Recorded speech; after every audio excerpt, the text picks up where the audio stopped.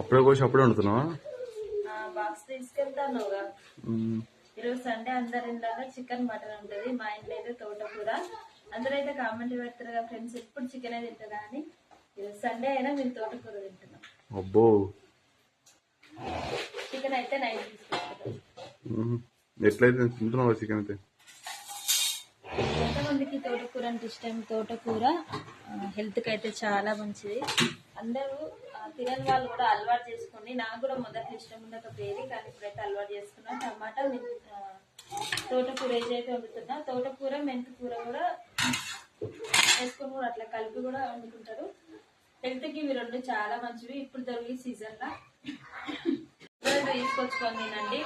మరి మీరు ఈరోజు ఏం కర్రీ చేసుకుంటే తప్పకుండా అయితే కామెంట్ పెట్టండి. నాకైతే మంట దగ్గర వల్ల దగ్గర అయితే బాగా వస్తుంది. ఓకేనా ఫ్రెండ్స్, బాయ్. మరి తోటకూరలా ఎండుమిర్చి చేసినాను.